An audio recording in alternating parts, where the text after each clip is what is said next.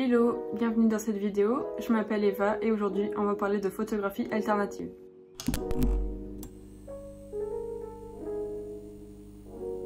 Si tu me suis sur Instagram, tu sais que je fais du cyanotype, un procédé datant de 1842 et qui permet d'obtenir des tirages en bleu et blanc.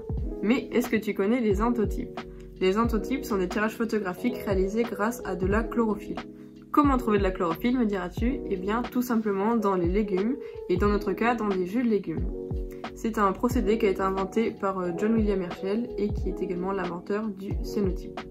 Cette technique est vraiment super simple à mettre en place et pas du tout dangereuse, donc c'est très adapté d'en faire avec les enfants, et en plus là ça va être super sympa avec le retour des beaux jours.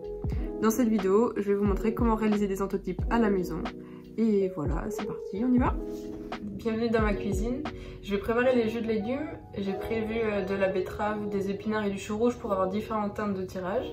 Je vais utiliser un extracteur de jus, mais si vous n'en avez pas, vous pouvez juste écraser les légumes, enfin les couper, les écraser, les mettre dans un torchon fin et presser pour faire sortir le jus.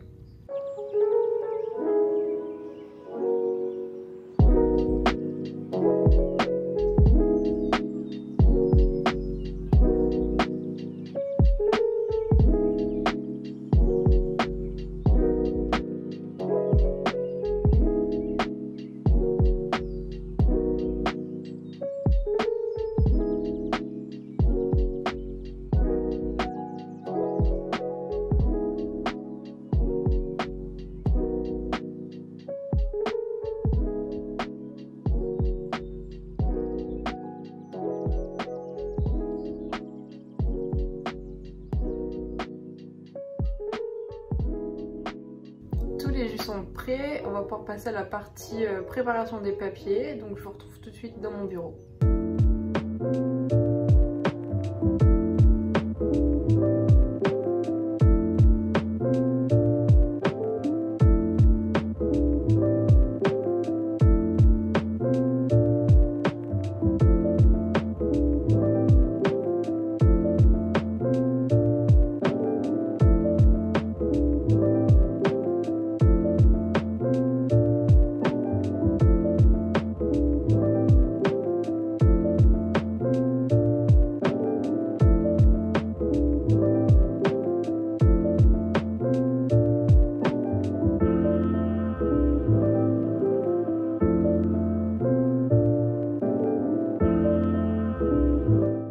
J'ai terminé de préparer tous les papiers, du coup maintenant il ne me reste plus qu'à les faire sécher dans le noir pendant à peu près 1 heure, pour que ce soit bien sec, et après on pourra les insoler.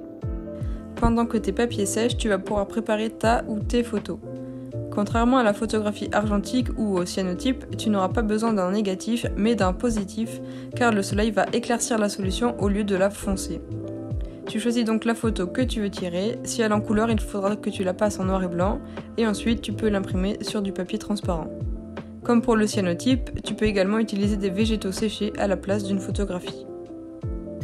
Tous mes papiers sont secs, je vais pouvoir les mettre dans des sous-verres comme ça avec les positifs que j'ai imprimés et après j'irai les mettre au soleil pour commencer l'insolation.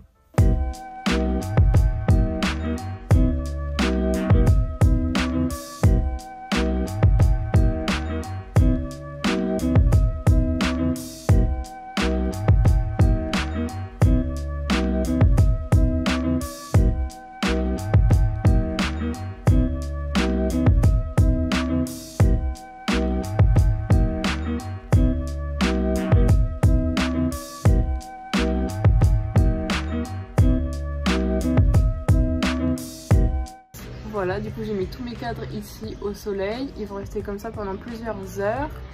Quand la solution aura éclairci, on pourra considérer que l'insolation est terminée. Donc je vous retrouve tout à l'heure pour le résultat.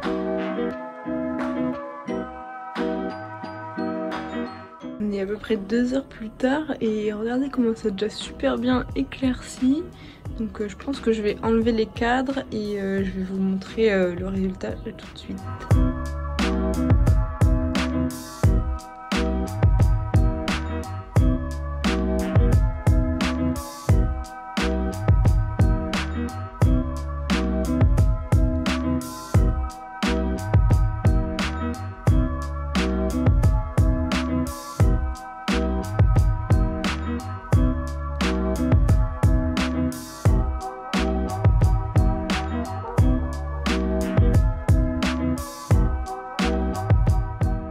Alors, petit point sur les entotypes, clairement c'est l'épinard qui fonctionne le mieux. En s'éclaircissant, on obtient un joli jaune. Par contre, je n'ai pas laissé le chou rouge assez longtemps. On devine la photo mais ce n'est pas encore très net. J'aurais dû le laisser insoler encore 2 heures je pense. Mais comme c'était la première fois que je testais, je ne savais pas trop combien de temps il fallait laisser poser. Grosse déception avec la betterave, j'avais déjà fait des tests avant de tourner la vidéo et ça avait rien donné non plus, alors que j'avais laissé insoler au moins 6 heures, donc peut-être qu'en plein été ça fonctionnera mieux. En tout cas, si vous arrivez à obtenir des résultats avec de la betterave, envoyez-moi une photo, je suis super curieuse de voir.